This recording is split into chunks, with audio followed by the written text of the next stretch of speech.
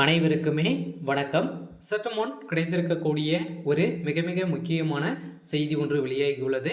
சற்று முன் சிறைக்கு செல்லும் செந்தில் பாலாஜி, நீதிபதி ஆனந்த் வெங்கடேஷ் இறுதி தீர்ப்பு, இது மாதிரி செய்திகள் வெளியாகிருக்கு. சென்னை உயர்நீதிமன்றம் பார்த்தீங்கன்னா அதிரடியாக செந்தில் பாலாஜியுடைய வழக்கில் பார்த்தீங்கன்னா இப்போ இறுதி தீர்ப்பாக வழங்கியிருக்க சம்பவத்தினால தான் பார்த்தீங்கன்னா செந்தில் பாலாஜி அவர்கள் பார்த்தீங்கன்னா கூடிய விரைவில் சிறைக்கு செல்வார் அப்படின்ற மாதிரி ஆனந்த் வெங்கடேஷ் அவர்கள் இப்போ பார்த்தீங்கன்னா நீதிமன்றத்தில் தாமாக முன் இவருடைய வழக்கு எடுத்திருக்காரு. இருந்தாலும் இவருக்கு பார்த்தீங்கன்னா செந்தில் பாலாஜி அவர்களுக்கு நிபந்தனை அடிப்படையில் தான் ஜாமீன் கொடுத்துருக்காங்க இல்லையா.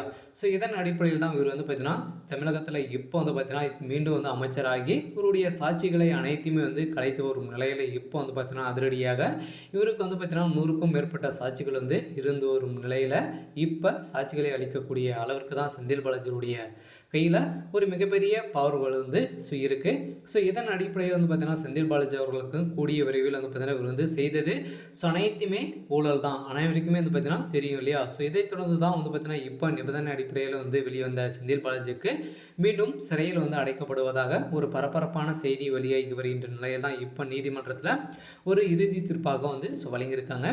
என்ன வழங்கியிருக்காங்க அப்படின்றத இந்த வீடியோவில் தொடர்ந்து பார்க்கலாம். அதுக்கு முன்னாடி நம்ம சேனலுக்கு இப்போ தான் நீங்கள் முதல் முறையாக வந்திருக்கீங்க அப்படின்னா மறக்காமல் நம்மளுடைய சேனலை சப்ஸ்கிரைப் பண்ணி சப்போர்ட் பண்ணுங்கள்.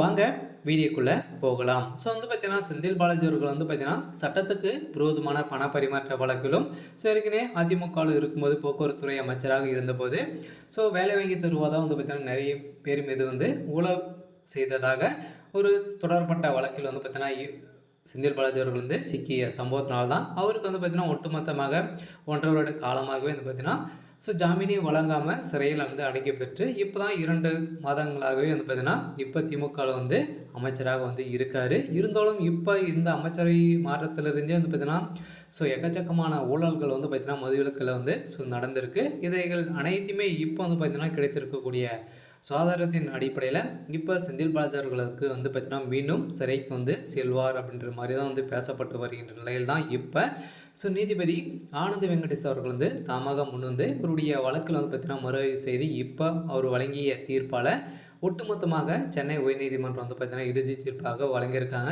இதனால் கூடிய விரைவில் இன்னும் பார்த்தீங்கன்னா 24 மணி நேரத்தில் செந்தில் பாலாஜி அவர்கள் புழல் சிறையில் அடைக்கப்படுவார் அப்படின்ற மாதிரி தான் பேசப்பட்டு வருகின்ற நிலையில் பார்த்தீங்கன்னா திமுகவுடைய ஊடகத்தை ஒட்டுமொத்தமாக ஒழிக்கக்கூடிய அளவிற்கு தான் இப்போ பாஜக செயல்பட்டு வந்திருந்தாலும் இதனால் செந்தில் பாலாஜி அவர்கள் செய்த சம்பவம் ஆதாரங்களோடு இருக்க காரணத்தினால தான் இப்போ செந்தில் பாலாஜி அவர்களுக்கு 7 ஆண்டுகள் சிறை தண்டனை வழங்குறதுக்கான வாய்ப்புலேருந்து இருந்தாலும் என்ன நடக்க போகுது அப்படின்றத வெயிட் பண்ணி பார்க்கலாம்.